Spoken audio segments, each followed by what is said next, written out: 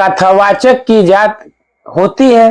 लोगों ने यह प्रश्न किया है, क्या कथावाचक की जाति होती है? मित्रों, हम इसी प्रसंग में बात करेंगे। कई लोगों ने यह प्रश्न किया है, क्या व्यासपीठ पर बैठने का कोई नियम होता है या कौन कौन बैठ सकते हैं? मित्रों, मैं आपको यही बताऊंगा। व्यासपीठ पर बैठने का नियम होता है और कौन कौन बैठ सकता है इसका भी नियम है, मैं बताऊंगा। मित्रों, कहा गया है शास्त्रों में कि व्यासपीठ पर वही लोग बैठ सकते हैं जैसे ब्राह्मण, वैष्णव और पंडित। एक तरह से देखा जाए कि ये 3-4 जो भी नाम है, अलग अलग नाम है, लेकिन सबका जो है कार्य एक ही है।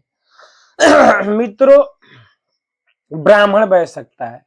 तो आप कहेंगे कि ब्राह्मण कौन है? तो ब्राह्मण के विषय में भगवत गीता में भी बताया गया है कि ब्राह्मण कौन है।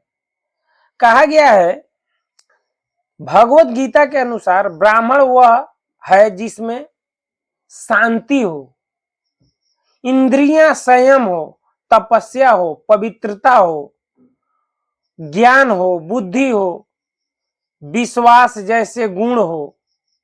ऐसा नहीं, गीता में ब्राह्मण की पहचान जन्म से नहीं बल्कि गुणों और कर्मों से बताई गई है।